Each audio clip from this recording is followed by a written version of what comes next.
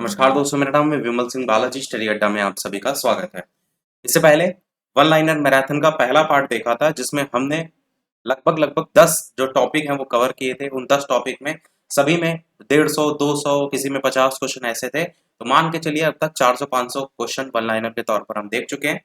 ये इसका second part है। हमने पूछा था कमेंट में कि इसको हम कल करा दें, आज ही करा दें या प्रैक्टिस सेट कराएं, तो अधिकतर लोगों का कमेंट देखने को मिला था कि इसी कहीं आगे के पॉइंट को करा दीजिए, क्योंकि मेन चीज है प्रैक्टिस सेट वैसे भी हम 30-31 देख चुके हैं और कल को छोड़कर अगले दिन जस्ट एग्जाम है। तो ज्यादा से ज्यादा रिवीजन वाली जो चीजें हैं वो इंपॉर्टेंट है, इसलिए हम उसी के आगे कंटिन्यू कर रहे हैं जहां तक हम चीजें करा चुके थे। जिसमें सबसे पहला टॉपिक है जाति, धर्म और भाषा ज्ञान। तो भारत की सबसे बड़ी जनजाति कौन सी है? तो गोंड जनजाति है। भारत में सबसे ज्यादा जनजातियां पाई कहाँ जाती हैं? मध्य प्रदेश में। गारो खासी जयंतियां बहुत पूछी जाती हैं, तो ये मेघालय की हैं, इसको जरूर ध्यान रखिएगा। और पहला पॉइंट भी तो पूछा जाता है। एक चीज हम ये भी करेंगे कि जो इसमें से इंपॉर्टेंट नहीं है उसको हम छोड़ते भी चलेंगे। लाहौली जो जनजाति है वो कहाँ की है? हिमाचल प्रदेश की है। कुकी जनजाति जो है आपकी कहाँ की है? कुकी नागा, ये नाम सुना होगा, मणिपुर की जनजाति है। लेप्चा जनजाति सिक्किम की है। इस्लाम धर्म के प्रवर्तक कौन थे? हजरत मोहम्मद साहब। हिजरी संवत की शुरुआत कब हुई थी? 622 ईस्वी में। बाइबल का सर्वाधिक लोकप्रिय चरित्र कौन सा है? सैमसन है। सिख धर्म के संस्थापक आप सभी जानते हैं गुरु नानक देव हैं। पारसी धर्म के संस्थापक जरथुस्ट्र हैं। यहूदी धर्म के संस्थापक मूसा, इनका नाम है मोजेज। अगला, आदि ग्रंथ का संकलन जो है गुरु अर्जुन देव, ये वाला छोड़ रहे हैं हम। अमृतसर शहर की स्थापना गुरु रामदास जी ने की थी। स्वर्ण मंदिर पूछा जाता है, इसका निर्माण गुरु अर्जुन देव ने करवाया था। गुरुमुखी भाषा को बनाई गई थी गुरु अंगद देव ने, जो है इनके द्वारा बनाई गई थी। सिखों के गुरु गुरु गोविंद सिंह का जन्म पटना में हुआ था, जरूर ध्यान रखिएगा, बिहार का पेपर देना है आपको। आयुर्वेदिक औषधि का जनक किसको कहते हैं? अत्रेय ऋषि को। रामायण आपकी मूलतः संस्कृत भाषा में लिखी गई थी और जो रामचरितमानस है वो आपका अवधी भाषा में लिखी गई थी, इस बात को ध्यान रखिएगा। योग विज्ञान का जनक तो जानते हैं, पतंजलि को कहा जाता है। महाभारत के रचयिता कौन है? तो महर्षि वेदव्यास हैं। भारत की राष्ट्रभाषा हिंदी जो है 1965 जो है इससे आपका है। हिंदी भारत की राष्ट्रभाषा है। कौन से आर्टिकल से पूछा जाता है, इसको जरूर याद रखिएगा। संविधान का जो अनुच्छेद है 343, इसका एक भाग इसके अनुसार। भारत में सर्वाधिक लोगों द्वारा बोली जाने वाली भाषा हिंदी है। दूसरे नंबर पे बांग्ला आती है। पंजाबी भाषा की आपसे लिपि पूछी जाती है तो गुरुमुखी लिपि में। संविधान के अष्टम सूची में भाषाओं की संख्या 22 भाषाओं का उल्लेख है। हिंदी दिवस कब मनाया जाता है? तो आपका 14 सितंबर को मनाया जाता है। और अंतर्राष्ट्रीय मातृभाषा दिवस कब मनाया जाता है? तो 21 फरवरी को मनाया जाता है। अंग्रेजी को राजभाषा का दर्जा नागालैंड और मिजोरम में भारत में मिला था। हिंदू विधि को सबसे पहले जो संहिताबद्ध किया था वो मनु ने किया था। राजभाषा आयोग का प्रथम गठन 1955 में हुआ था। राजभाषा आयोग के अध्यक्ष कौन थे? बी.जी. खेर थे। हिंदी में आंसू लिपि के जन्मदाता राधेलाल द्विवेदी जी। ये क्वेश्चन पूछा जाता है। आधुनिक युग की मीरा महादेवी वर्मा, इनकी पुस्तक है यामा। ये भी बहुत पूछा जाता है। हिंदी साहित्य के सुकुमार कवि तो कौन? सुमित्रानंदन पंत। केंद्रीय अंग्रेजी और विदेशी भाषा संस्थान हैदराबाद में। इंस्टीट्यूट ऑफ एडवांस स्टडीज ये आपका कहाँ है? तो ये शिमला में है। ये पूछा जाता है भारत में आधुनिक शिक्षा के जन्मदाता तो चार्ल्स ग्रांट को कहा जाता है। 1792 इसका समय। संस्कृत व्याकरण के जनक तो पाणिनि आपने पढ़ ही रखा है। तो ये चैप्टर हमारा समाप्त हुआ। अगला चैप्टर यहाँ से स्टार्ट हो रहा है, जो कि है अंतरिक्ष और परमाणु कार्यक्रम। तो एक चीज आप नोटिस करेंगे, यहाँ पर 41 क्वेश्चन दे रखे थे। 3 मिनट 49 सेकंड में हमने 41 क्वेश्चन कर लिए हैं।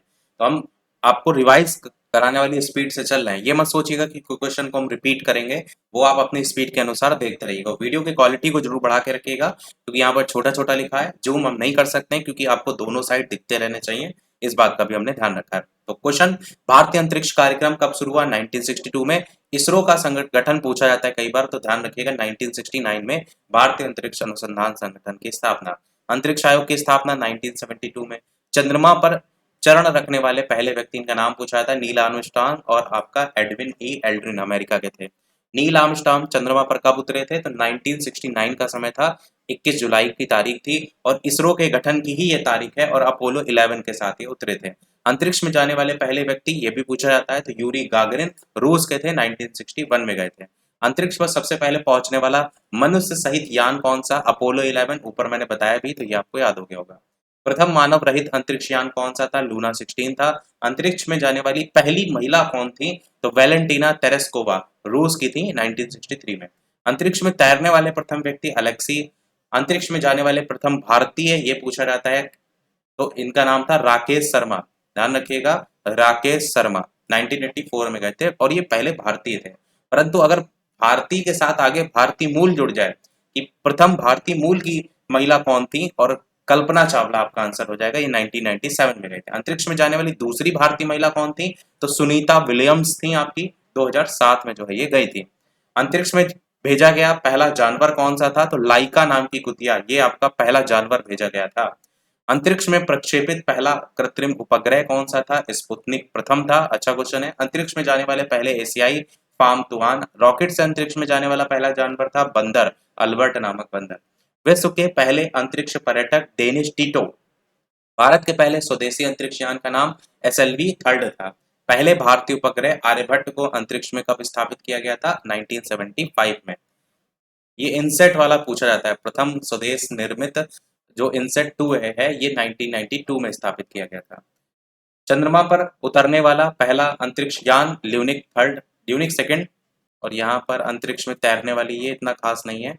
मंगल ग्रह वाला याद रख सकते हैं कि अंतरिक्ष यान कौन सा था, जो उसका नाम वाइकिंग 1 था। मंगल ग्रह पर उतरने वाला पहला अंतरिक्ष यान वाइकिंग 1, क्योंकि मंगल ग्रह पर वैसे भी रहने के लेकर के तलाशा जा रहा है। बाकी मंगल ग्रह पर चालक रहित यान भेजने वाला देश कंट्री कौन सी थी, तो अमेरिका थी।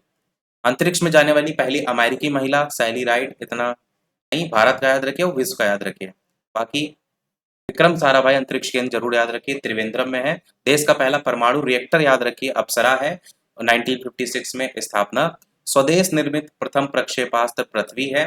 भाभा अनुसंधान परमाणु अनुसंधान की स्थापना कब हुई थी, 1957 में बॉम्बे ट्रॉम्बे जो है बंबई में हुई थी। भारत का पहला कृत्रिम उपग्रह कौन सा है, तो रोहिणी है, रोहिणी इसका 1980 का समय। पहला भूमिगत परमाणु विस्फोट पोखरण में हुआ था, राजस्थान में हुआ था 1971 में, ये आपने जरूर पढ़ा होगा। दूसरा जो हुआ था वो एपीजे अब्दुल कलाम के नेतृत्व में हुआ था 1998 में पोखरण में। दोनों पोखरण में हुए, समय अलग अलग है। देश का पहला परमाणु संयंत्र कहाँ है, तारापुर, ये भी अच्छा क्वेश्चन है, महाराष्ट्र में पहला परमाणु संयंत्र। और भारत का पहला संचार उपग्रह कौन सा है, इको 1 है। बाकी नीचे कुछ क्वेश्चन को ड्रॉप करते हैं। भारत का युद्धक ट्रेन अर्जुन है, याद रख सकते हैं। परमाणु ऊर्जा विभाग का गठन जो है 1954 में हुआ था। परमाणु ऊर्जा आयोग का गठन 1948 में हुआ था। संपूर्ण एशिया की पहली परमाणु भट्टी जो है वो अप्सरा है। भारत की पहली महिला अंतरिक्ष यात्री कल्पना चावला का निधन 2003 में हुआ था।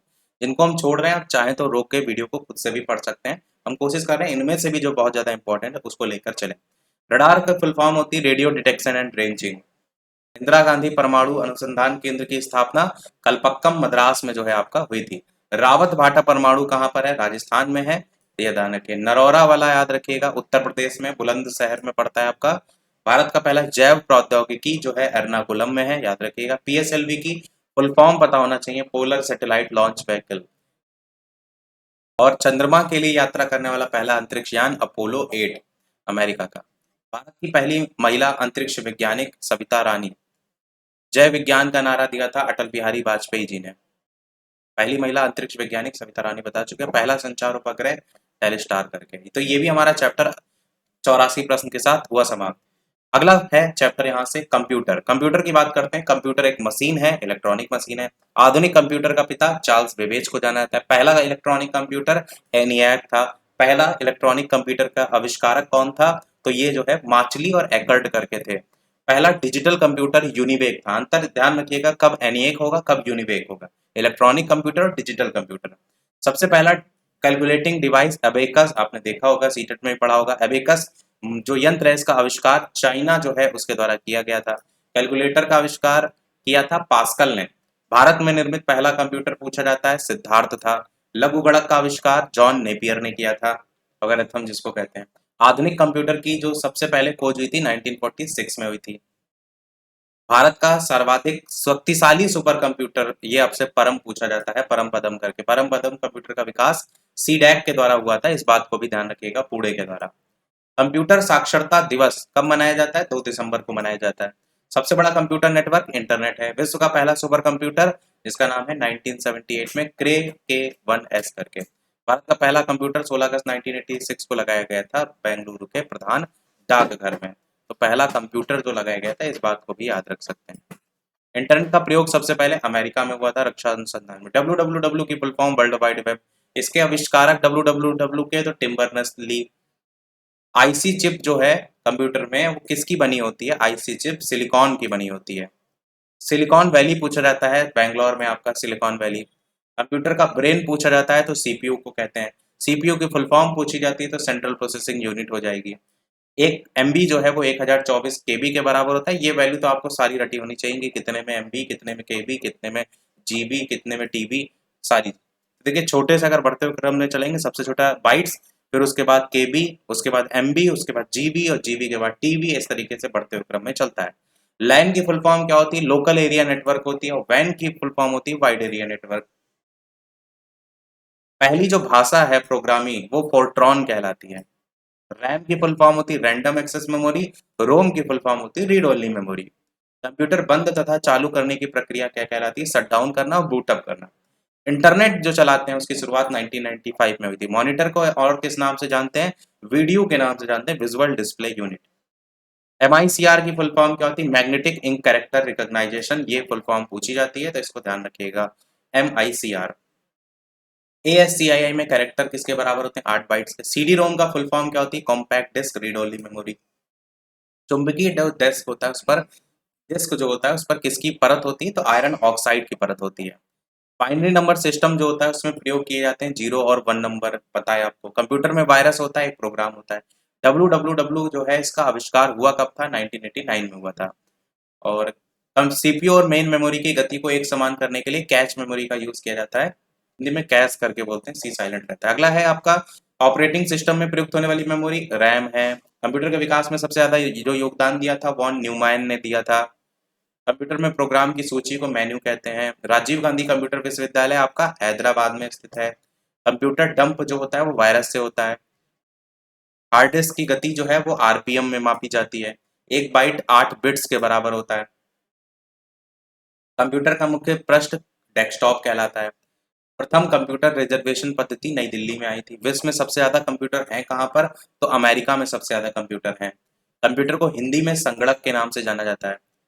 उच्च स्तरीय जो भाषा है उसका निम्न स्तरीय भाषा में जो बदला जाता है, अनुवाद किया जाता है, वो कंपाइलर जो है वो करता है। बाकी डॉस और विंडो जानते हैं आपकी ऑपरेटिंग सिस्टम में आते हैं। इनपुट आउटपुट आपको अवश्य पता होना चाहिए। Mouse, keyboard, joystick, scanner, light pen, ये सब इनपुट डिवाइस के हैं। प्रिंटर और मॉनिटर आउटपुट डिवाइस के हैं। एशिया का, पूरे विश्व का सबसे तेज कंप्यूटर कौन सा है? पूरे विश्व का पूछा गया तो T3A नाम है इसका। बाकी ईमेल तो जानते हैं। HTML की फुल फॉर्म होती है hyper text markup language. HTTP की फुल फॉर्म होती है hyper text transfer protocol. ALU की फुल फॉर्म होती है अर्थमेटिक लॉजिकल यूनिट। बेसिक का फुल फॉर्म होता है बिगनर्स ऑल पर्पस सिंबॉलिक इन इंस्ट्रक्शन कोड। ये होती है बिगनर्स की बेसिक की जो है वो फुल फॉर्म। एक से अधिक कैरेक्टर समूह को स्ट्रिंग कहते हैं, कोई मतलब नहीं है, ठीक है। वो भी चैप्टर हमारा समाप्त हुआ, कंप्यूटर वाला भी। अब यहाँ से स्टार्ट हो रहा है भारत और विश्व में प्रथम। वीडियो जितने भी लोग जुड़ते जा रहे हैं कोशिश कीजिएगा, लाइक सभी लोग अवश्य कर दीजिएगा। और हम अपनी तरफ से पूरी मेहनत कर रहे हैं कम से कम समय में ज़्यादा से ज़्यादा चीज़ें आपको करा सकें। बस लाइक और दूसरी चीज़ें शेयर, ये कर सकते हैं तो ज़्यादा से ज़्यादा सभी लोग, एटलीस्ट जितने लोग देख रहे हैं उतने लोग लाइक अवश्य कर दीजिएगा। तो भारत और विश्व में प्रथम की बात करते हैं तो विश्व के चारों ओर चक्कर लगाने वाला पहला व्यक्ति कौन था? तो मैगलन ने लगाया था पूरे विश्व का चक्कर। किसी देश की पहली महिला प्रधानमंत्री कौन है? तो श्रीलंका की हैं सिरिमावो भंडारनायके, श्रीलंका की हैं, बता चुके हैं। एवरेस्ट पर चढ़ने वाली पहली महिला कौन थी? जापान की थी, जिनका नाम था जुनको तबई, जापान की थी माउंट एवरेस्ट पर। भारत का पहला गवर्नर जनरल कौन? तो लॉर्ड विलियम बेंटिक। भारत का अंतिम गवर्नर जनरल कौन? तो लॉर्ड कैनिंग। भारत की पहली महिला प्रधानमंत्री कौन? तो श्रीमती इंदिरा गांधी। एवरेस्ट पर पहुंचने वाला पहला व्यक्ति कौन? तो शेरपा तेंजिंग और एडमंड हिलेरी। भारत आने वाला पहला अंग्रेज कौन? तो हॉकिंस जहांगीर के दरबार में आया था। संविधान निर्माण करने वाला पहला देश कौन? तो संयुक्त राज्य अमेरिका। स्वतंत्र भारत के पहले और अंतिम भारतीय गवर्नर जनरल कौन? तो चक्रवर्ती श्री राजगोपालचारी। स्वतंत्र भारत का पहला भारतीय गवर्नर जब पूछा जाता है तो फिर लॉर्ड माउंटबेटन हो जाएगा। ध्यान दीजिएगा, दोनों क्वेश्चन अलग अलग तरीके से पूछा जाता है, भारतीय आगे जुड़ जाएगा तो बदल जाएगा। भारत की पहली महिला राज्यपाल कौन? तो सरोजनी नायडू, यूपी की थी। आईसीएस की परीक्षा में जो सफल होने वाले पहले भारतीय थे उनका नाम था सत्येंद्र नाथ टैगोर। भारतीय राष्ट्रीय कांग्रेस के पहले सभापति आपको पता है 1885 व्योमेश चंद्र बनर्जी। पहले फील्ड मार्शल कौन? General Manek Shaw. English channel को पार करने वाले पहले भारतीय, तो इनका नाम था मिहिर सेन। लोकसभा के पहले अध्यक्ष और उपाध्यक्ष कौन, तो आपके थे क्रमशः जीबी मावलंकर और सयनम आयंगर। पहले अध्यक्ष थे मावलंकर जी और उपाध्यक्ष थे सयनम आयंगर। अगला है भारत के पहले उपराष्ट्रपति कौन, तो सर्वपल्ली राधाकृष्णन। भारत के पहले विमान वाहक पोत कौन, तो आईएनएस विक्रांत था, ये आपको पता है। भारत का पहला चुनाव आयुक्त कौन, तो सुकुमार सेन थे। भारत के पहले मुस्लिम जो सभापति थे भारतीय राष्ट्रीय कांग्रेस के, वो कौन थे, बदरुद्दीन तैयब जी। भारत के पहले मुख्य न्यायाधीश कौन, हीरालाल जे कनिया। भारत के पहले विश्वविद्यालय की बात करें, नालंदा विश्वविद्यालय था। भारत की पहली महिला आईपीएस कौन थी, किरण बेदी थी। भारत की पहली महिला मुख्यमंत्री कौन थी, सुचेता कृपलानी थी, उत्तर प्रदेश की। मिस वर्ल्ड और मिस यूनिवर्स बनने वाली पहली भारतीय महिला, तो रीता फारिया बनी थी मिस वर्ल्ड और मिस यूनिवर्स बनी थी सुष्मिता सेन। इसमें से कोई भी क्वेश्चन अभी तक नहीं आया है जिसको हम छोड़ सकें, इसलिए हम सारे क्वेश्चन देख रहे हैं। भारत की पहली महिला कांग्रेस अध्यक्ष कौन, doctor Annie Besant. English channel पार करने वाली पहली भारतीय महिला आरती साहा। एवरेस्ट पर पहुंचने वाली पहली भारतीय महिला बछेंद्री पाल। स्वतंत्र भारत में पहले गृह मंत्री कौन थे, तो और उप प्रधानमंत्री भी थे, तो ये थे सरदार वल्लभ भाई पटेल। उत्तरी ध्रुव पर पहुंचने वाला पहला व्यक्ति कौन, जिसका नाम था मिस फ्रॉन फिप्स। सिविल सेवा परीक्षा चाइना ने शुरू की थी। उत्तरी ध्रुव पर पहुंचने वाले प्रथम व्यक्ति में रॉबर्ट पियरी थे और दक्षिणी ध्रुव पर पहुंचने वाले, ये ध्यान रखिएगा, रॉबर्ट पियरी और दक्षिणी ध्रुव पर आइमंड सेन 1909-1911 में पहुंचे थे। भारतीय राष्ट्रीय कांग्रेस के पहले अंग्रेज अध्यक्ष कौन थे भारतीय राष्ट्रीय कांग्रेस के, तो आप क्या कहेंगे, ये थे जॉर्ज यूले। पहला commander in chief general Cariappa थे। पहली महिला शासिका रजिया सुल्तान थी। पहली महिला राष्ट्रपति प्रतिभा देवी सिंह पाटिल। संयुक्त राष्ट्र महासभा की पहली महिला सभापति विजय लक्ष्मी पंडित, भारत की। जो चीज याद करने वाली उस पर भी हम फोकस कर रहे हैं, बाकी ये तो आपको 38-39 पता ही है। विश्व की पहली महिला राष्ट्रपति मारिया स्टेला और ऐसाबेल की थी और पेरोन अर्जेंटीना की थी। भारत की पहली आईएएस महिला कौन थी, आईएएस सबसे पहली अन्ना जॉर्ज थी। वो भी चैप्टर खत्म हुआ, यहाँ से नया चैप्टर स्टार्ट हो रहा है, भारत और विश्व में सबसे बड़ा, सबसे छोटा, सबसे लंबा या सबसे ऊंचा। और ये चीज मैंने पहले वाले पार्ट में ही बताई थी कि ये सब वो चीजें जो हर एग्जाम में आती है, तो एक बार इनको अगर आप रट लेंगे किसी भी एग्जाम के लिए, आप कम से कम तैयार बैठे होंगे। ये सब एग्जाम के लिए कॉमन है। तो भारत की सबसे बड़ी खारे या लवड़ी जल की झील कौन सी है, तो चिल्का झील है, उड़ीसा में है। पूरे विश्व की अगर कहा जाए सबसे बड़ी खारे जल की झील कौन सी, तो पूरे विश्व की है कैस्पियन सागर, जो कि रूस में है। भारत की सबसे बड़ी ताजे या फिर मीठे जल की जब झील की बात होती है तब आप क्या कहेंगे, वूलर झील है। दोनों में अंतर है। और विश्व की ही सबसे बड़ी मीठे या ताजे जल की झील पूरे विश्व की पूछा जाएगा तो फिर सुपीरियर झील है। तो ये खारे और ताजे में दोनों में अंतर है, लवणीय जल या मीठे जल में अंतर है। भारत का सबसे बड़ी कृत्रिम झील कौन सी है, तो गोविंद सागर झील है। पूरे विश्व की सबसे गहरी झील कौन सी है, तो ये पूछा जाता है, बैकाल झील है, रूस की।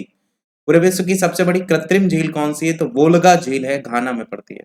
भारत का सबसे बड़ा रेगिस्तान कौन सा है, पूरे भारत का पूछा गया तो थार हो जाएगा, पर अगर पूरे विश्व का पूछा जाएगा तो फिर सहारा हो जाएगा। जो थार मरुस्थल है वो राजस्थान में है और जो सहारा मरुस्थल है वो अफ्रीका महाद्वीप में है। भारत का सबसे ऊंचा बांध कौन सा है, मैंने बताया था कि पूरे भारत का सबसे ऊंचा बांध है टिहरी बांध। टिहरी बांध के बारे में ये पता होना चाहिए कि भागीरथी नदी पर है और उत्तराखंड में आपका ये पड़ता है। इसके अलावा अगर आपसे भारत का सबसे लंबा बांध पूछा जाए, ऊंचाई में अलग है और लंबाई में अलग है, तो हीराकुंड बांध है, महानदी पर है और उड़ीसा में पड़ता है। पूरे विश्व का सबसे ऊंचा बांध कौन सा है, तो पूरे विश्व का सबसे ऊंचा बांध है रोगुनवस्की, तजाकिस्तान, रूस का। उम्मीद तो यह है कि विश्व स्तर पर कम ही पूछा जाएगा, भारत पर ज्यादा पूछने के चांसेस रहेंगे। बाकी पेपर का लेवल अगर कठिन करना चाहेंगे तो पूछ भी सकते हैं। भारत का सबसे ऊंचा जलप्रपात कौन सा है, जोग या गरसोप्पा जलप्रपात है। और कौन सी नदी पर है, तो शरावती नदी पर है। और कहाँ राज्य में है, तो कर्नाटक में है। विश्व का सबसे ऊंचा जलप्रपात तो एंजल जलप्रपात है और ये कहाँ पर पड़ता है, ये आपका वेनेजुएला में जो है ये पड़ता है। भारत की सबसे लंबी नहर जो है आपकी कौन सी है, तो आपका इंदिरा गांधी नहर है, या राजस्थान नहर भी कह सकते हैं, राजस्थान में पड़ती है। विश्व का सबसे बड़ा डेल्टा कौन सा है, सुंदरवन का डेल्टा है, भारत में पड़ता है। विश्व का सबसे लंबी नदी की अगर बात करते हैं तो आपकी कौन सी है, नील नदी है, पूरे विश्व की अगर आपसे कहा जाए, मिस्र में पड़ती है। विश्व की सबसे चौड़ी नदी अगर आपसे कहा जाए तो फिर अमेजन नदी हो जाएगी, जो कि दक्षिण अमेरिका में पड़ती है। विश्व की सबसे छोटी नदी कौन सी है, डी नदी है, संयुक्त राज्य अमेरिका में। विश्व का सबसे बड़ा नहर कौन सी है, सबसे बड़े नहर की बात करें तो स्वेज नहर है। विश्व का सबसे बड़ा नदी द्वीप कौन सा है? तो माजुली नदी द्वीप है, और ये ब्रह्मपुत्र नदी में है और आपका असम में है। ये बता चुके हैं कई बार। विश्व का सबसे छोटा नदी द्वीप कौन सा है? तो ये भी आपका असम में ही है और इसका नाम है उमानंद। विश्व का सबसे बड़ा महाद्वीप कौन सा? तो आप कहेंगे एशिया महाद्वीप। विश्व का सबसे छोटा महाद्वीप कौन सा? तो ऑस्ट्रेलिया महाद्वीप। सबसे बड़ा और सबसे गहरा महासागर के रूप में जाना जाता है आपका कौन सा? तो आप कहेंगे प्रशांत महासागर, सबसे बड़ा भी और सबसे गहरा भी। पूरे विश्व का सबसे छोटा महासागर कौन सा है? तो आर्कटिक महासागर है। सबसे छोटा आर्कटिक है और सबसे बड़ा आपका प्रशांत महासागर है। सबसे बड़ा द्वीप कौन सा है? ग्रीनलैंड का सबसे बड़ा द्वीप है, डेनमार्क में है। और द्वीप समूह की बात होगी तो इंडोनेशिया हो जाएगा। झील के अंदर झील मैनीटू इसको कहते हैं। सबसे बड़ा जल डमरू मध्य जो है वो डेविस जल डमरू मध्य है। सबसे बड़ी खाड़ी कौन सी है? मैक्सिको की खाड़ी है। क्षेत्रफल की दृष्टि से पूरे विश्व का पहले नंबर का सबसे बड़ा देश कौन सा? तो क्षेत्रफल के अकॉर्डिंग रूस है। वैसे तो आप देखते हैं कि जनसंख्या के अकॉर्डिंग भारत आ गया, पहले चाइना था, भारत है। क्षेत्रफल की दृष्टि से सबसे छोटा देश कौन सा? तो वेटिकन सिटी है। भारत की सबसे लंबी सुरंग कौन सी? श्यामा प्रसाद मुखर्जी सुरंग, जम्मू कश्मीर। इसी का ही नाम क्या है? चेनानी नासरी सुरंग। अगर आपसे पूछ लिया जाए, इसी का नया नाम है श्यामा प्रसाद मुखर्जी सुरंग, जम्मू कश्मीर में है। सबसे व्यापारिक नदी कौन सी है? राइन नदी है। सर्वाधिक देशों की सीमाओं से कौन सा देश लगता है? चाइना लगता है 14 देशों के साथ। सर्वाधिक ऊंचाई पर स्थित झील कौन सी है? टिटिकाका झील है, दक्षिण अमेरिका में। सबसे निचले स्थान पर स्थित झील कौन सी? मृत सागर है, प्रशांत महासागर में। विश्व का सबसे ऊंचे जागृत ज्वालामुखी कोटोपैक्सी है, इक्वाडोर में, दक्षिण अमेरिका में। सबसे छोटा ज्वालामुखी ताल है, फिलीपींस में। तो ये भी हमारा चैप्टर समाप्त हुआ। अब अगला चैप्टर है संयुक्त राष्ट्र संघ और अन्य महत्वपूर्ण संगठन, जिसमें सबसे पहला है संयुक्त राष्ट्र संघ की स्थापना कब हुई? तो आप कहेंगे 24 अक्टूबर 1945 को। सदस्य जो देश है उनकी संख्या कितनी है संयुक्त राष्ट्र संघ के? तो आपकी टोटल 51 है। 52वां सदस्य पोलैंड को जो है ये बनाया गया है। संयुक्त राष्ट्र संघ के संविधान को क्या कहा जाता है? तो चार्टर कहते हैं। कुल अनुच्छेद यहाँ पर 111 है, भाग जो है आपके 19 है। देशों की संख्या वर्तमान में कितनी है? तो 193 है। और 193वां सबसे लास्ट में जो जुड़ा है वो दक्षिण सूडान जुड़ा है। कितनी मान्यता प्राप्त भाषाएं हैं इसकी संयुक्त राष्ट्र संघ की? तो टोटल 6 भाषाएं हैं, चीनी, रूसी, अरबी, स्पेनिश, अंग्रेजी और फ्रेंच। मेन कार्यकारी भाषा के रूप में अंग्रेजी और फ्रेंच को जाना जाता है। ये शायद यही वाला प्रीवियस ईयर में आया था, कार्यकारी भाषा वाला। संयुक्त राष्ट्र संघ के 5 स्थायी सदस्य अमेरिका, रूस, ब्रिटेन, फ्रांस और चाइना है। कुल सदस्य संख्या कितनी है? 15 है, जिसमें से 5 स्थायी हैं और 10 जो है वो अस्थायी हैं। सदस्यों का कार्यकाल कितना होता है अस्थायी सदस्यों का? तो 2 वर्ष के लिए होता है। संयुक्त राष्ट्र संघ में सबसे पहले हिंदी में भाषण देने वाले पहले व्यक्ति कौन थे? अटल बिहारी वाजपेयी जी जो है वो थे। संयुक्त राष्ट्र संघ की पहली महिला अध्यक्ष कौन थी? श्रीमती विजया लक्ष्मी पंडित, 1953 में जो है ये रही थी। अंतर्राष्ट्रीय न्यायालय जो है इसकी स्थापना वर्ष 1946 और इसका मुख्यालय कहाँ पर है? हेग, नीदरलैंड में। इस बात को जरूर ध्यान रखिएगा, ये बहुत रिपीट होता है क्वेश्चन। संयुक्त राष्ट्र संघ के वर्तमान महासचिव एंटोनियो गुटरेस पुर्तगाल के हैं। संयुक्त राष्ट्र के महासचिव, इनको ना याद रखिए, मेन तो महासचिव वर्तमान के ही पूछे जाएंगे। पहली बैठक कब हुई थी? लंदन में हुई थी, 1946 में हुई थी।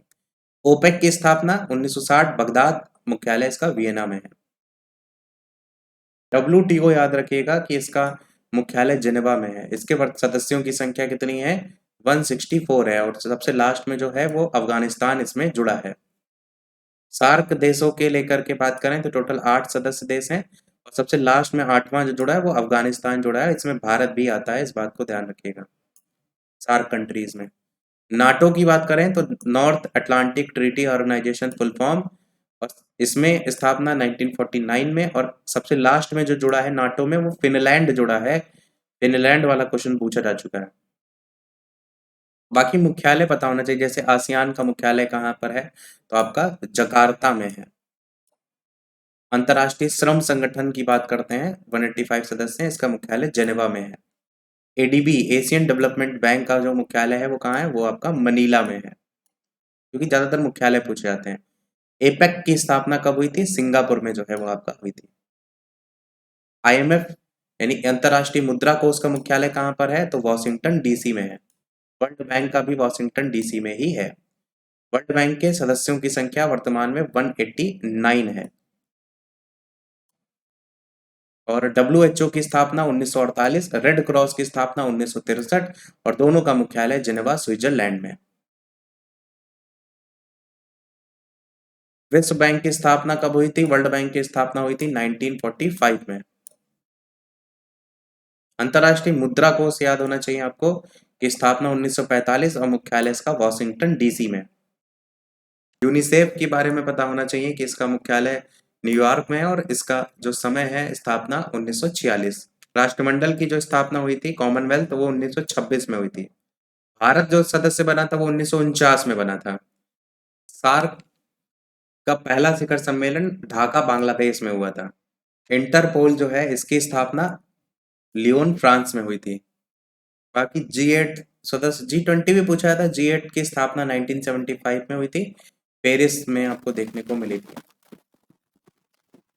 अनटार्ड की स्थापना जो है वो आपका 1964 जेनेवा। ज़्यादातर मुख्यालय और समय आपको फोकस करना है, और कई बार सदस्यों की संख्या भी पूछी जाती है। वो भी चैप्टर समाप्त हुआ। यहाँ से हमारा है भारतीय बैंकिंग। तो भारत में स्थापित होने वाला पहला बैंक कौन सा था? बैंक ऑफ हिंदुस्तान था पहला बैंक के रूप में जाना था। ये विदेशी पूंजी के सहयोग से था, परंतु जब बात होती है सीमित दायित्व के आधार पर तब आपका अवध कॉमर्शियल बैंक हो जाएगा। पूर्ण रूप से देश के द्वारा स्थापित पहला बैंक पंजाब नेशनल बैंक था। देश का सबसे पुराना बैंक इलाहाबाद बैंक था। बाद में इन सबको मिला करके क्या बना दिया गया था? इंपीरियल बैंक बना दिया गया था। 1921 में बना दिया गया था, और इसी इंपीरियल बैंक का नाम बाद में स्टेट बैंक ऑफ इंडिया रख दिया गया था, और स्टेट बैंक का जो नाम पड़ा है 1955 में पड़ा है। स्टेट बैंक ऑफ इंडिया की स्थापना गोरेवाला कमेटी के आधार पर हुई थी। भारत का सबसे बड़ा व्यापारिक बैंक एसबीआई है, state bank of India. Reserve bank of India की स्थापना 1 अप्रैल 1935 को। रिजर्व बैंक ऑफ इंडिया का राष्ट्रीयकरण 1 जनवरी 1949 को। बैंकों का बैंक भी कहते हैं आप, सरकार का बैंकर भी कहते हैं आरबीआई को। मुख्यालय कहाँ है इसका? बंबई में है। और बैंकों का जो राष्ट्रीयकरण हुआ 50 करोड़ से अधिक जमा वाले जो बैंकों का 14 व्यापारिक बैंकों का राष्ट्रीयकरण हुआ था 1969 में। फिर 200 करोड़ से अधिक जो जमा वाले बैंक हैं जिसमें 6 व्यापारिक बैंकों का राष्ट्रीयकरण 1980 में हुआ था। सबसे ज्यादा शाखाएं भी एसबीआई की हैं। विदेश में सबसे ज्यादा शाखाएं बैंक ऑफ बड़ौदा की हैं। भारत का पहला म्यूचुअल फंड जो है वो यूएस है। और सबसे पहले जो म्यूचुअल फंड व्यवस्था का स्टार्ट किया था यूटीआई के द्वारा किया गया था। नाबार्ड की स्थापना आपको पता होना चाहिए। राष्ट्रीय कृषि और ग्रामीण विकास बैंक नाबार्ड की स्थापना 1982 12 जुलाई की तारीख। कुल पूंजी 100 करोड़ रुपया। वर्तमान में कितने हैं राष्ट्रीयकृत बैंक? तो टोटल 12 हैं इनकी संख्या वर्तमान में। भारत सरकार के वित्त मंत्रालय जो है वो 1 रुपए के नोट पर हस्ताक्षर करता है, तो वित्त सचिव के हस्ताक्षर होते हैं ना, वही। आरबीआई जो है इसको छोड़कर बाकी सभी पर साइन आरबीआई के गवर्नर के होते हैं। पहले गवर्नर आरबीआई के कौन थे? तो वो थे ऑसबोर्न स्मिथ। आरबीआई के पहले गवर्नर ऑसबोर्न स्मिथ। आरबीआई के पहले भारतीय गवर्नर और वर्तमान गवर्नर, तो पहले गवर्नर थे सीडी देशमुख, और वर्तमान वाले यहाँ गलत लिखे हुए हैं, शक्तिकांत दास है वर्तमान के, तो ये गलत लिखा हुआ है जो कि यहाँ पर वर्तमान के पूछा गया था। बाकी पहले याद रखिएगा, और वर्तमान के हैं शक्तिकांत दास। सिडबी की जो स्थापना की गई थी वो मुख्यालय उसका लखनऊ में 1990 में स्थापना हुई थी सिडबी की। एलआईटी भारतीय जीवन बीमा निगम 1965 स्थापना, मुख्यालय मुंबई में है। देश का पहला मोबाइल बैंक कौन सा? लक्ष्मी वाहिनी बैंक मध्य प्रदेश में। और करंट अफेयर के लिहाज से या जीके के हिसाब से देश का पहला तैरता एटीएम स्थापित किया कोच्चि में एसबीआई के द्वारा, इसको याद रख सकते हैं। ये भी चैप्टर समाप्त हुआ। अब यहाँ से भारतीय प्रतिरक्षा हमारा शुरू हो रहा है, जिसमें भारत की सेनाओं का सर्वोच्च सेनापति कौन? तो राष्ट्रपति होता है। भारतीय सशस्त्र सेनाओं को बांटा किसमें गया है? थल, वायुसेना और नौसेना में। कहाँ पर इसका मुख्यालय है? तो मुख्यालय इसका जो है वो नई दिल्ली में है। थल सेना का प्रधान chief of the army staff, वायुसेना का प्रधान chief of the air staff, और इसी प्रकार जो वायुसेना है उसका तो एयर हो गया ना, नौसेना का नेवल स्टाफ। यहाँ पर केवल शब्द बदल रहा है, बाकी सब वही है, एयर, आर्मी और नेवल करके। उच्चतम रैंक क्या होता है? जल सेना का जो उच्चतम रैंक होता है वो एडमिरल होता है। थल सेना का जो उच्चतम रैंक होता है वो जनरल होता है। और वायुसेना का जो उच्चतम रैंक होता है वो एयर चीफ मार्शल होता है। अच्छा, ये याद रखिएगा, 7वां पॉइंट महत्वपूर्ण है। भारतीय सेना के पहले कमांडर इन चीफ कौन थे? Cariappa, general KM. करियप्पा, अब फील्ड मार्शल हैं या आप कहेंगे इस नाम से जाना जाता है, वर्तमान में नहीं। भारतीय सेना में अंतिम कमांडर इन चीफ तो राजेंद्र सिंह जी थे। भारत का सर्वोच्च वीरता पुरस्कार कौन सा है? तो परमवीर चक्र है। और दिवस आपसे जरूर पूछे जाते हैं। थल सेना दिवस मनाया जाता है 15 जनवरी को, वायुसेना दिवस मनाया जाता है आपका 8 अक्टूबर को, और नौसेना दिवस मनाया जाता है आपका 4 दिसंबर को। ये जरूर तीनों याद रखिएगा। पहले विजेता परमवीर चक्र के थे मेजर सोमनाथ शर्मा। नौसेना को 3 कमानों में भी बांटा गया, जिसमें पूर्वी, दक्षिणी और पश्चिमी करके हैं। एनडीए जो है, नेशनल डिफेंस एकेडमी, ये कहाँ पर स्थित है? खड़गवासला, पुणे, महाराष्ट्र में स्थित है। वायुसेना एकेडमी हैदराबाद में। इंडियन नेवल एकेडमी कोचीन में है। भारत में बनने वाला पहला युद्धपोत कौन था? आईएनएस नीलगिरी था। बाकी ये तीनों जरूर याद रखिएगा कि पहले नौसेना अध्यक्ष कौन थे, उनका नाम था कटारी। थल सेना अध्यक्ष पहले करियप्पा, और पहले वायुसेना अध्यक्ष सुब्रतो मुखर्जी। सीआरपीएफ की स्थापना 1939 नई दिल्ली में हुई थी। बीएसएफ की स्थापना भी नई दिल्ली 1965। एनसीसी की स्थापना 1948। सीआईएसएफ की स्थापना 1969, मुख्यालय नई दिल्ली में। बाकी इसमें भारत के पहले रक्षा मंत्री कौन थे? बलदेव सिंह जी थे। वो भी चैप्टर हमारा समाप्त हुआ। अब ये चैप्टर है भारत में परिवहन और संचार व्यवस्था। तो परिवहन से संबंधित क्वेश्चन कैसे बनते हैं कि केंद्रीय सड़क निधि का गठन 1929 में किया गया था। सीमा सड़क विकास बोर्ड की स्थापना 1960 में हुई थी।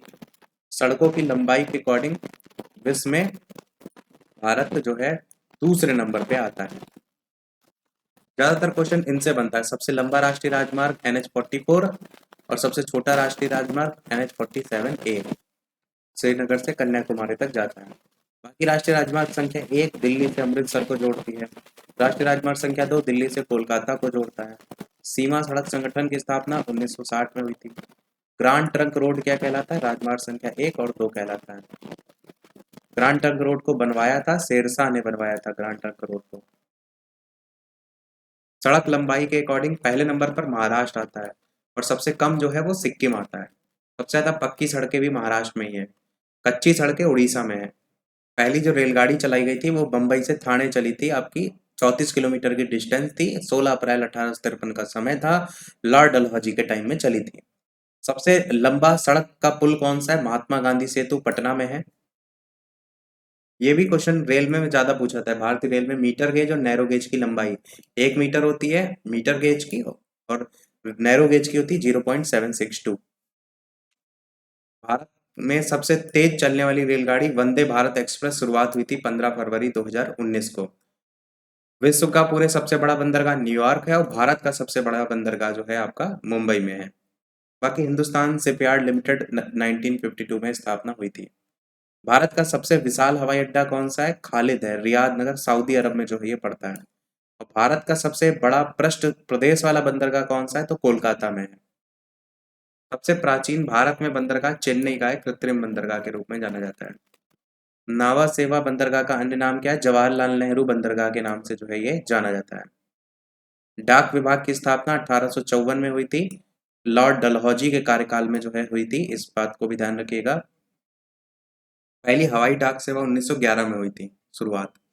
भारतीय रेल, डाक और तार की शुरुआत तीनों ही लॉर्ड डलहौजी के टाइम में हुई थी। पहली टेलीग्राफ सेवा भी 1851 में कोलकाता और डायमंडल हार्बर के बीच हुई थी। ये क्वेश्चन यहाँ पर अपडेटेड नहीं लिखा हुआ है। जो लिखा है कि भारत का सबसे लंबा रेलवे प्लेटफॉर्म उत्तर प्रदेश का गोरखपुर जो लिखा है, ये पहले था पर अब नहीं है। अब कौन सा है? अब आपका है सिद्धारूढ़ स्वामी जी हुबली स्टेशन। डायरेक्ट भी याद रख सकते हैं, हुबली स्टेशन कर्नाटक के हुबली जिले में पड़ता है, जो सबसे बड़ा रेलवे स्टेशन के रूप में जाना जाता है। लंबाई इसकी 1507 मीटर है। पहले आपका ये हुआ करता था, अब नहीं है।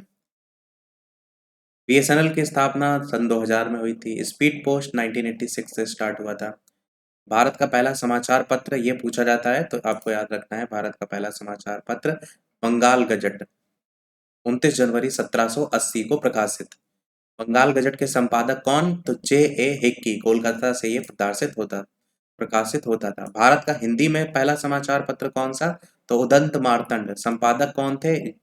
युगल किशोर शुक्ल, कई जगह इनका नाम जुगल किशोर शुक्ल लिखा देखने को मिलता है। तो ये तीनों पॉइंट जरूर ध्यान रखिएगा। टेलीफोन का आविष्कारक तो जानते हैं अलेक्जेंडर ग्राहम बेल। टेलीग्राफ का आविष्कार सैमुअल मोर्स करके थे। वायरलेस या रेडियो के आविष्कारक के रूप में मार्कोनी को जाना जाता है। वो भी चैप्टर हमारा समाप्त। यहाँ पर भारतीय कृषि और पशुपालन, भारतीय कृषि अनुसंधान की स्थापना 1905 में पूसा में हुई थी, समस्तीपुर बिहार में। भारतीय कृषि अनुसंधान संस्थान। विश्व वन्य जीव दिवस मनाया जाता है 21 मार्च को। कृषि पर आश्रित लोगों की संख्या 52% है। हरित क्रांति के जन्मदाता नॉर्मन ई बोरलॉग को जानते हैं, अमेरिका के थे। भारत में जब बात होती है तो MS स्वामीनाथन को जानते हैं।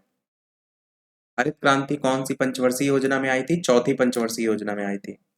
गन्ना शोध संस्थान कहाँ है? कोयम्बटूर में है, बता चुके हैं। भारतीय आलू शोध संस्थान शिमला में है।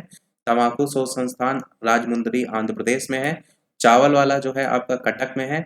चावल का कटोरा छत्तीसगढ़ को कहते हैं। बगीचों का शहर कपूरथला को कहते हैं। केसर का उत्पादन करने वाला एकमात्र भारतीय राज्य जम्मू कश्मीर है। रेशम का कीड़ा जो है किसको कहा जाता है? तो कोकून को कहते हैं। रोग भी पूछे जाते हैं। टिक्का रोग लगता है आपका मूंगफली में, और जो ब्लास्ट रोग लगता है वो आपका धान से संबंधित है। सबसे ज्यादा प्रोटीन पाया जाता है सोयाबीन में, लगभग 46%। एपी कल्चर जो संबंधित है वो आपका मधुमक्खी पालन से संबंधित है, और आपका जो सेरी कल्चर संबंधित है वो आपका संबंधित है रेशम उद्योग से। पीली क्रांति जो संबंधित है वो तिलहन से संबंधित है, और जो भूरी क्रांति संबंधित है वो उर्वरक उत्पादन से संबंधित है। मुझे नहीं लगता इससे बेस्ट कोई तरीका हो सकता है रिवाइज का, क्योंकि कोई भी चीज इसमें छूट नहीं रही है। मुझे लगता है कि हर एक पार्ट इसमें टच हो रहा है। और साथ ही साथ नीली क्रांति की भी बात करते हैं। तो नीली क्रांति किससे संबंधित है? मत्स्य से संबंधित है। और आपका जो गुलाबी क्रांति है वो किससे संबंधित है? वो झींगा उत्पादन से संबंधित है। खैरा जो रोग होता है धान का वो जस्ता की कमी के कारण होता है, कई बार ये पूछा जा चुका है। अंतर्राष्ट्रीय शोध संस्थान मनीला में है धान का, अगर पूरे विश्व स्तर पर बात की जाए। दलहन अनुसंधान संस्थान कानपुर में है, बता चुके हैं। दूध का जो रंग होता है सफेद रंग, वो आपका किसके कारण होता है? केसीन प्रोटीन के कारण होता है। जो पीला रंग होता है वो आपका कैरोटीन के कारण जो है आपका होता है। गाय के घी में पीलापन जो होता है वो कैरोटीन के कारण होता है। एंथ्रेक्स रोग काफी पूछा जाता है, तो ये संबंध किससे है? तो ये संबंध आपका गाय और भैंस से संबंधित है। पाश्चुरीकरण आपसे पूछा जाता है तो दूध को कितने टेम्परेचर पर रखते हैं? 62 डिग्री सेल्सियस पर रखते हैं 30 मिनट के लिए। गोबर गैस प्लांट से उत्पन्न होने वाली गैस मीथेन गैस है। टी कप को काउ जो है वो भारतीय गायों को कहते हैं। ऑपरेशन फ्लड आपका संबंधित है डेयरी विकास से संबंधित, और रजत क्रांति संबंधित आपका है अंडा उत्पादन से संबंधित। केंद्रीय पशु चिकित्सा अनुसंधान संस्थान कहाँ पर है? यूपी में आपका पड़ता है। एशियाई सब्जी अनुसंधान केंद्र कहाँ है? ताइवान में पड़ता है। ये वाला भी चैप्टर हमारा समाप्त हुआ। अगला चैप्टर है आपका महान व्यक्ति और उनके कार्य। यहाँ से क्वेश्चन बनने के चांसेस ज्यादा रहेंगे, जिसमें भारतीय पुनर्जागरण का पिता किसको कहते हैं? राजा राम मोहन राय जी को कहते हैं। 1814 में आत्मीय सभा, 1814 का टाइम है, 1815 का समय गलत लिखा हुआ है। तो 1815 में आत्मीय सभा और 1828 में ब्रह्म समाज की स्थापना किसने की थी? राजा राम मोहन राय जी ने की थी। इन्होंने सती प्रथा को अवैध किसके समय में? तो William Bentinck, Lord William Bentinck, इन्हीं के प्रयास से, राजा राम मोहन राय जी के प्रयास से 1829 का समय। उसके अलावा तत्वबोधनी सभा पूछा काफी जाता है। देवेंद्र नाथ टैगोर ने जो है इसकी स्थापना की थी। केशव चंद्र सेन के सहयोग से प्रार्थना समाज की स्थापना 1867 में मुंबई में आपकी हुई थी। आत्माराम पांडुरंग और महादेव गोविंद रनाडे जो है उनके द्वारा की गई थी। आर्य समाज के संस्थापक कौन? स्वामी दयानंद सरस्वती। समय आपका 1875, कहाँ पर? मुंबई में। स्वामी दयानंद सरस्वती के बचपन का नाम क्या था? मूल शंकर था। इनके गुरु कौन थे? विरजानंद थे। वेदों की ओर लौटो का नारा किसने दिया था? स्वामी दयानंद सरस्वती ने दिया था। रचना सत्यार्थ प्रकाश है इनकी। बाल गंगाधर तिलक को भारतीय अशांति का जन्मदाता किसने कहा था? वैलेंटाइन सिरोल ने कहा था। प्रैक्टिस सेट में आ चुका है। रामकृष्ण मिशन जो है उसकी स्थापना किसने की? स्वामी विवेकानंद जी ने की थी। और कब की थी? 1897 में की थी। स्वामी विवेकानंद के बचपन का नाम क्या था? नरेंद्र दत्त था स्वामी विवेकानंद के बचपन का नाम। इनके गुरु कौन थे? रामकृष्ण परमहंस थे। आधुनिक राष्ट्रीय आंदोलन के आध्यात्मिक पिता विवेकानंद को सुभाष चंद्र बोस ने कहा था।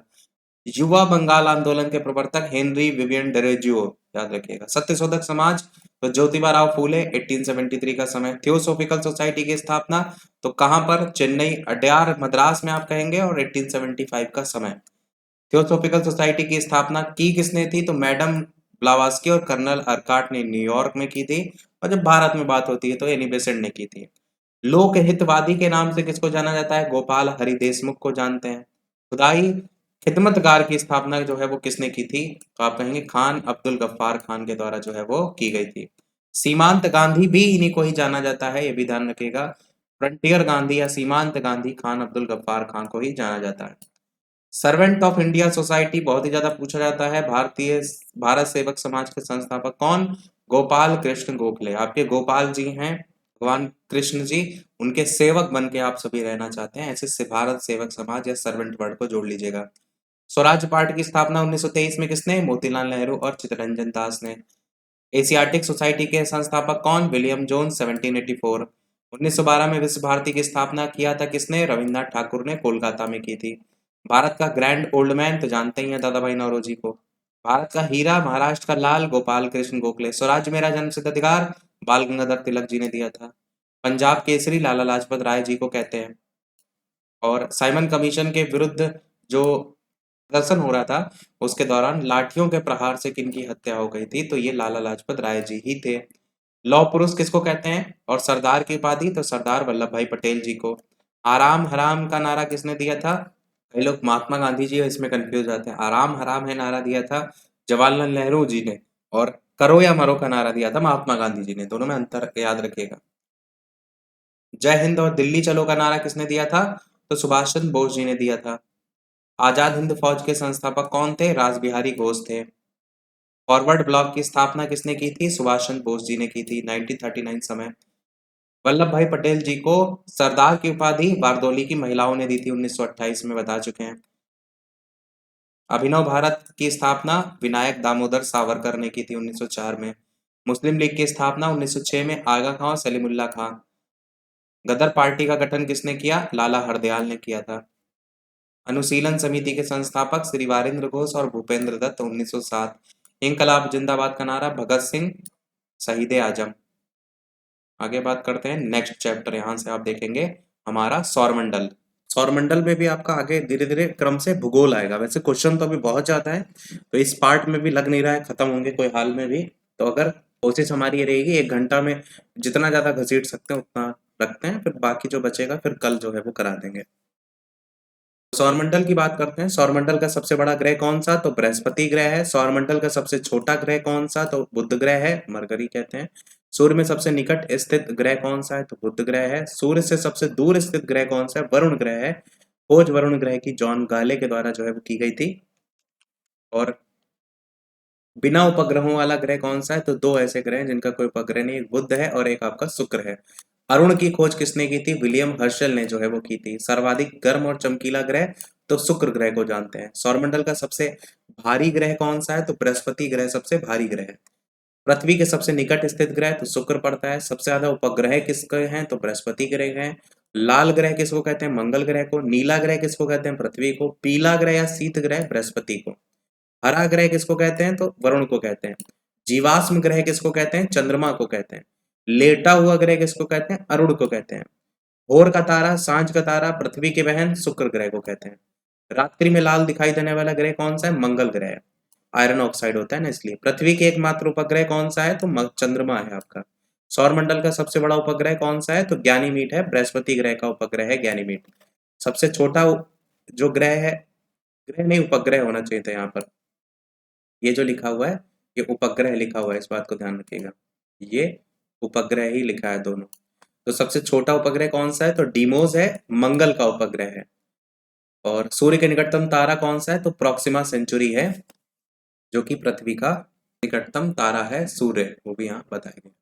सर्वाधिक चमकीला तारा कौन सा? साइरस है। मंगल ग्रह के लाल होने का कारण मैंने बताया आयरन ऑक्साइड। और शनि का सबसे बड़ा उपग्रह कौन सा है? शनि ग्रह का सबसे बड़ा उपग्रह है टाइटन उपग्रह। तो वलय किसमें, छल्ले किसमें देखने को मिलते हैं? शनि ग्रह में देखने को मिलते हैं। इन वलयों की जो खोज है वो गैलीलियो ने की थी। शनि के चारों वलयों की संख्या 7। बुध ग्रह का गुण क्या होता है? चुंबकीय क्षेत्र। बुध ग्रह से क्वेश्चन एक ये भी बनता है, सबसे कम समय कौन सा सूर्य का चक्कर लगाने में लेता है? तो बुध ग्रह लेता है टोटल 88 दिन जो है आपका यहाँ पर हो जाएगा। क्षुद्र ग्रह कहाँ होते हैं? मंगल और बृहस्पति ग्रह के बीच में आपको देखने को मिलते हैं एस्टेरॉइड। सबसे बड़ा क्षुद्र ग्रह कौन सा है? सेरेस है। सबसे अधिक अक्षांशी वाला ग्रह बुध है। अंतरिक्ष में कुल तारामंडल की संख्या 89 है। सबसे बड़ा तारामंडल का नाम है सेंटोरस। हेली पुच्छल तारा 76 वर्षों के बाद दिखता है। पृथ्वी की घूर्णन दिशा पश्चिम से पूर्व होती है। पृथ्वी की दिशा के विपरीत घूमने वाले ग्रह हैं शुक्र और अरुण, जो उल्टा घूमते हैं। पृथ्वी गोल है किसने कहा है? पाइथागोरस ने कहा है। पृथ्वी अपनी धुरी पर घूमती है, सूर्य के चारों ओर घूमती है। ये जो सिद्धांत है वो कॉपरनिकस ने दिया था। पृथ्वी की अपेक्षा चंद्रमा का द्रव्यमान कितना होता है? 1/81 होता है। पृथ्वी का काल्पनिक अक्ष पर घूमना क्या है? घूर्णन है, दैनिक गति। पृथ्वी पर दिन रात जो होता है वो घूर्णन का ही परिणाम होता है।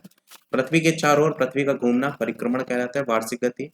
पृथ्वी के परिक्रमण के कारण ऋतु परिवर्तन होता है। ये ध्यान दीजिएगा, परिक्रमण से और परिभ्रमण से क्या घटनाएं होती हैं वो समझ के चलिएगा। परिभ्रमण दिन रात के लिए होता है और जो परिक्रमण होता है वो ऋतु परिवर्तन से होता है। सबसे ज्यादा पृथ्वी पर सूर्य जो का टेम्परेचर होता है वो विषुवत रेखा पर होता है, जिसको भूमध्य रेखा कहते हैं, सेंटर से होकर के जाती है। पृथ्वी अपने अक्ष पर 23.5 डिग्री झुकी हुई है। पृथ्वी की एकमात्र मंदाकिनी दुग्ध मेखला है। कितना समय लगता है पृथ्वी सूर्य की परिक्रमा करने में? 365 दिन 6 घंटा। वैसे ये पूरा सही से नहीं लिखा है, नहीं अच्छा नीचे क्वेश्चन दिया तो क्या ठीक है। पृथ्वी अपने अक्ष पर एक पूरा चक्कर 23 घंटे 56 मिनट 4.09 सेकंड।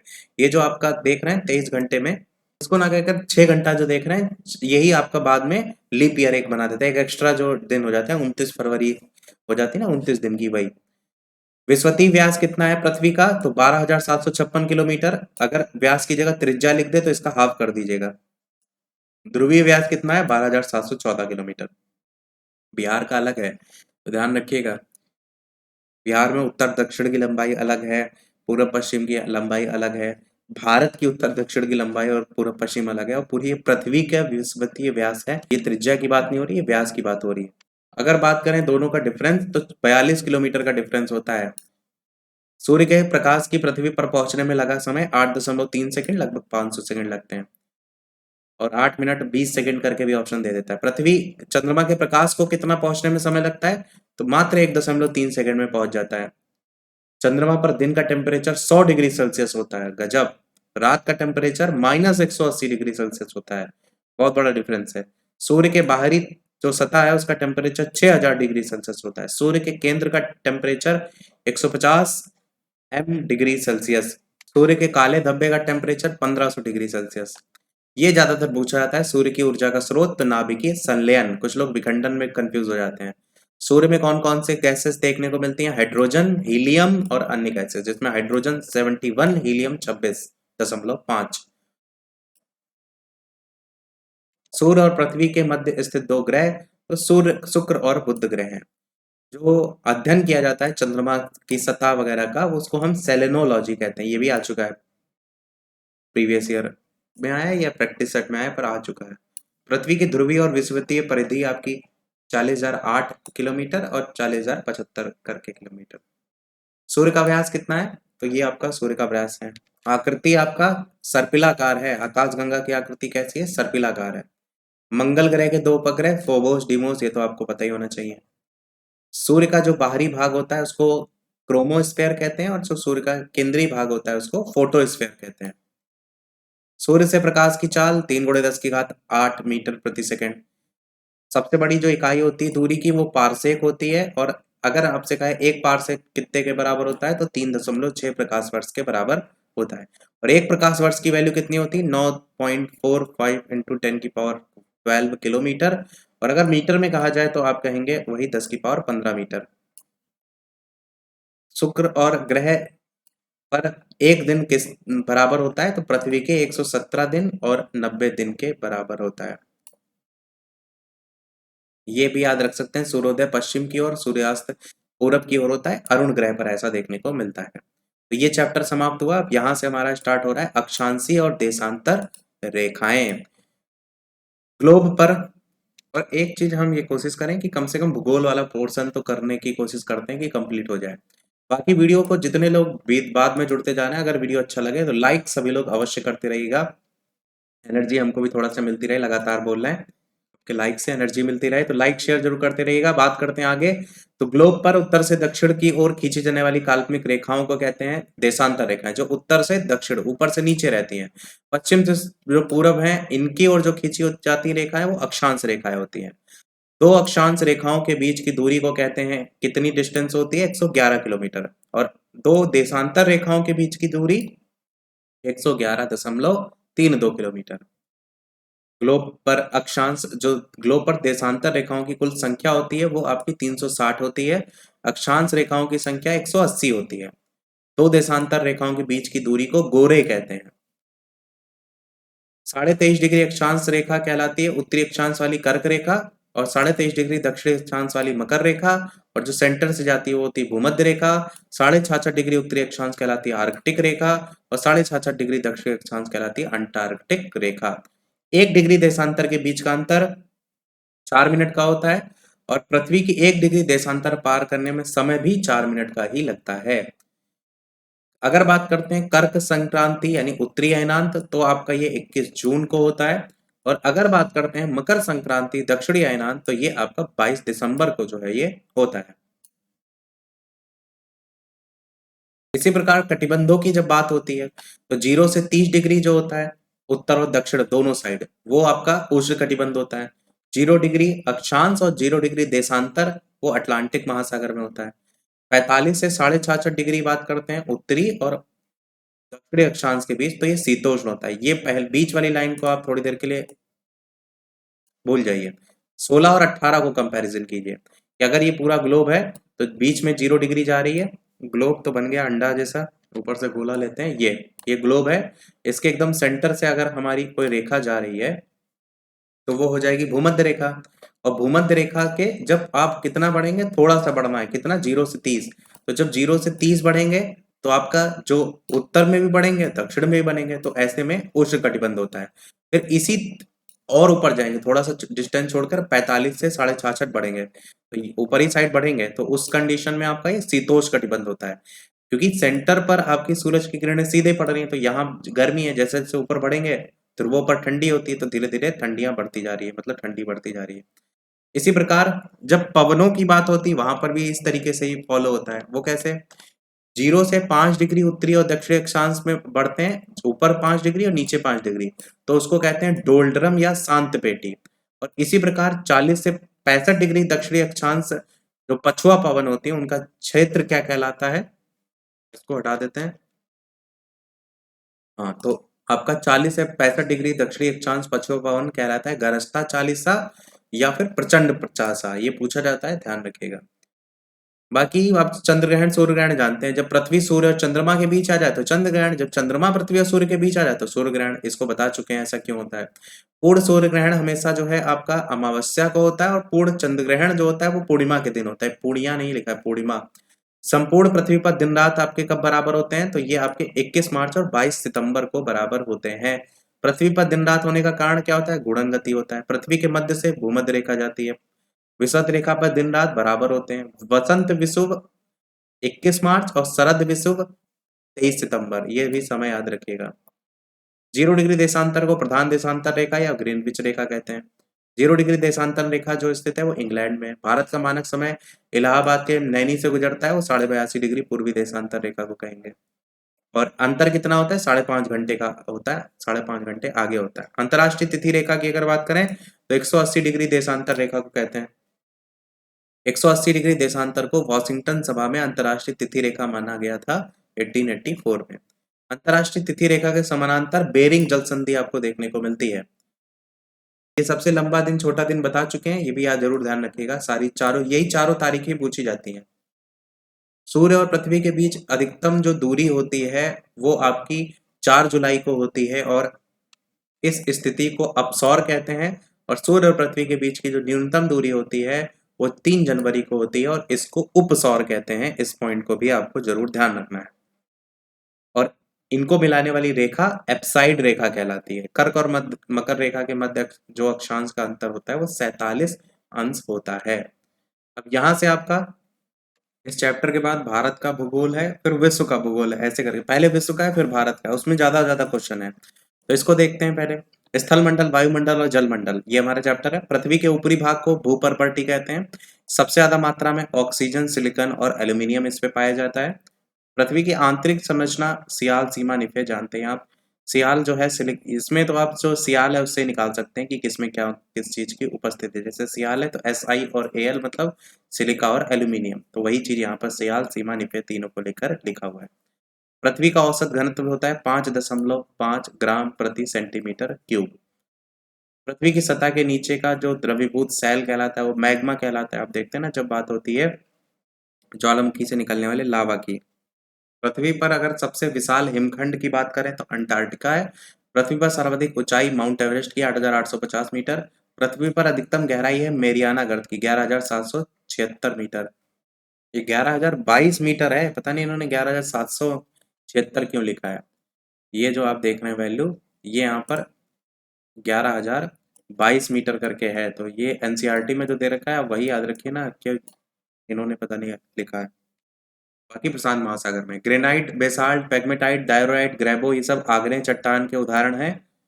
बेसाल्ट में सबसे ज्यादा मात्रा में आपको लोहा देखने को मिलता है। काली मिट्टी का निर्माण बेसाल्ट चट्टानों से होता है। कपास के लिए फेमस है आपकी। फिर बलुआ पत्थर, चूना पत्थर, स्लेट, कांग्लोमेरेट ये सब उदाहरण अवसादी चट्टानों के हैं। ये उदाहरण दोनों के दोनों जरूर याद रखिएगा, जो आपके अवसादी चट्टानों के हैं और जो आपके आग्नेय चट्टानों के हैं, ये नहीं ऊपर वाला।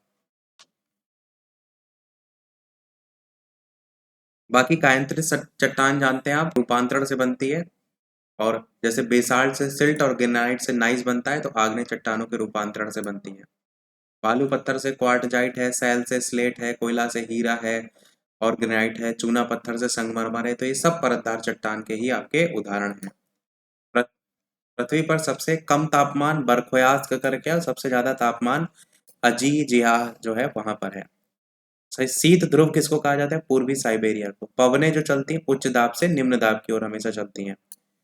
ज्वालामुखी के मुख को क्रेटर कहते हैं। क्रेटर का जब आकार बड़ा हो जाता है उसको कार्डेरा कहते हैं। ये सब आपके SCRT में दे रखा है। इटली का इटना और स्ट्राम्बोली ये सक्रिय ज्वालामुखी का उदाहरण है। भूमध्य सागर का प्रकाश स्तंभ स्ट्रोम्बोली को कहते हैं। जापान का फ्यूजियामा, इटली का विसुवियस ये सब सुसुप्त ज्वालामुखी के उदाहरण है। भारत का एकमात्र सक्रिय ज्वालामुखी कौन सा है? बैरन है। सुरक्षा वाल्व किसको कहते हैं? ज्वालामुखी को कहते हैं। भूकंपी जो तरंगे होती हैं सबसे पहले अधिकेंद्र पर आती हैं और भूकंप को मापने वाले यंत्र को सिस्मोग्राफ कहते हैं। भूकंप की तीव्रता रेक्टर स्केल पर मापी जाती है और भूकंप का अध्ययन जो है वो सिस्मोलॉजी कहलाता है। 1935 से भूकंप की तीव्रता मापने के लिए स्केल का खोज की गई थी। सिस्मोग्राफ की खोज जॉन मिल ने की थी। पृथ्वी का जल 71% भाग पर अकेले जल है और महासागरों की औसत गहराई 4,000 मीटर है। समुद्री तल की औसत लवणता 35% है। सबसे ज्यादा लवणता देखने को मिलती है वान झील तुर्की में है 330% की। पृथ्वी पर जलमंडल का स्वच्छ जल क्षेत्र 2.7 भाग है। समुद्री लवणता में सर्वाधिक मात्रा में पाया जाने वाला NaCl नमक होता है। लवणता के संगठक में सबसे ज्यादा मिलने वाला तत्व क्लोरीन होता है। वायुमंडल में सर्वाधिक पाई जाने वाली गैस नाइट्रोजन है 78.03% और ऑक्सीजन आपकी 20.99%। कार्बन डाइऑक्साइड का परसेंट है 0.03%। वायुमंडल में जलवाष्प की मात्रा होती है मात्र 5%। और सौर विकिरण जो पहुंचता है पृथ्वी पर वो 51% पहुंचता है। वायुमंडल की 5 परत, क्षोभ मंडल, समताप मंडल, मध्य मंडल, आयन मंडल और बहिर्मंडल। सबसे निचली परत क्षोभ मंडल, सबसे बाहरी परत बहिर्मंडल। मौसम संबंधी घटनाएं सब क्षोभ मंडल में होती हैं। क्षोभ मंडल की ऊंचाई जो है उसमें वृद्धि ग्रीष्म ऋतु में देखने को मिलती है। क्षोभ मंडल में ऊपर जाने पर प्रति 165 मीटर की ऊंचाई पर ताप घटता है। कितना घटता है? 1 डिग्री सेल्सियस। और इसी प्रकार 1 किलोमीटर की ऊंचाई पर जाने पर ताप 6.5 डिग्री सेल्सियस जो है आपका हो जाएगा। सूर्य से आने वाली पराबैंगनी किरणों से रक्षा कौन करता है? Ozone layer. स्थिति तो आपको समताप मंडल के ऊपरी भाग में पता ही है, इसकी दिक्कत नहीं होगी आपको याद कर। पृथ्वी का रक्षा कवच ओजोन परत को कहते हैं। ओजोन परत को नष्ट करने वाली गैस क्लोरोफ्लोरोकार्बन है। रेडियो और संचार उपग्रह आयन मंडल में होते हैं। रेडियो ये सब पूछा जाता है तो आयन मंडल से होते हैं। जेट विमान, हवाई जहाज ये सब आपके समताप मंडल में ही उड़ते हैं। और उल्का से संबंधित जो अधिकांश घटनाएं होती है मध्य मंडल में होती हैं। बहिर्मंडल की जो गैसेस होती हैं वो हीलियम और हाइड्रोजन होती हैं। और ये हमारा लास्ट ही चैप्टर, यानी कि जो टॉपिक वाइज चल रहे हैं ना लास्ट ही होगा। फिर ये हम इसके आगे क्वेश्चन हम नहीं कराएंगे। कारण ये है क्योंकि हमने बताया था कि लगभग लगभग 1 घंटे का जो टाइम है वो लगा करके इसको हम करा रहे हैं। ग्रीन हाउस गैसेस ये सब हो जाएंगी गैस है। भारतवर्ष की जल सीमा क्षेत्र 12 नॉटिकल मील, 1 नॉटिकल मील बराबर होता है 1.852 के। और ज्वार भाटा जो आप जानते हैं चंद्रमा और सूर्य के गुरुत्वाकर्षण के कारण होता है। बाकी किसी स्थान पर दो ज्वारों के बीच का अंतराल 12 घंटे 26 मिनट का होता है। ज्वार के बाद कितने समय बाद भाटा आता है तो 6 घंटा 13 मिनट। ये हमारा चैप्टर भी समाप्त हुआ। अब देखिए इसमें आगे है विश्व का भूगोल, परंतु बहुत ज़्यादा हम नहीं कराना चाह रहे हैं कि आप उतना देख करके एकदम घबरा जाएं। इतना करा दिया कि इतना अगर आप रिवाइज कर लें तो काफ़ी होगा। आज अगर दोनों आज वाला पहला पार्ट और दूसरा पार्ट रिवाइज करेंगे ना तो आज का दिन आपका गुजर जाएगा। इतना करा दिया। तो अब कल जो है इसका जो तीसरा पार्ट होगा उसमें बाकी बचा हम कोशिश करेंगे आपको करा दें, जिसमें अभी हिस्ट्री आना बाकी है और प्राचीन इतिहास मध्यकालीन इतिहास वो सारी चीज़ें अभी बाकी हैं। तो बाकी जो भी चीज़ें रह गई होंगी वो हम करा देंगे। तो ये था हमारे इस ओवरऑल आज के वीडियो में। वीडियो को समाप्त करने से पहले एक क्वेश्चन हम आपसे भी पूछेंगे, जैसा कि सभी वीडियो में हम आपसे एक ना एक प्रश्न पूछते हैं। तो इस वीडियो का आपके लिए प्रश्न है, इसका आंसर वीडियो के मेन कमेंट में बताइएगा। विश्व भूगोल से ही पूछ रहे हैं, विषुवत रेखा को 2 बार कौन काटता है? उसका नाम आपको वीडियो के मेन कमेंट में बताना है। इसी प्रकार मकर रेखा को भी काटता है, पर हम विषुवत रेखा को ही लेकर के पूछ रहे हैं कौन सी नदी काटती है। ऐसे क्वेश्चन को पूरा कंप्लीट कर दें तो और अच्छा होगा कि विषुवत रेखा को कौन सी नदी काटती है। अपना आंसर वीडियो के मेन कमेंट में बताइएगा। तो आज के वीडियो में इतना ही रखते हैं। फिर वीडियो लाइक शेयर सब्सक्राइब कीजिएगा। मिलते हैं अगले वीडियो में, तब तक के लिए नमस्कार, जय हिंद।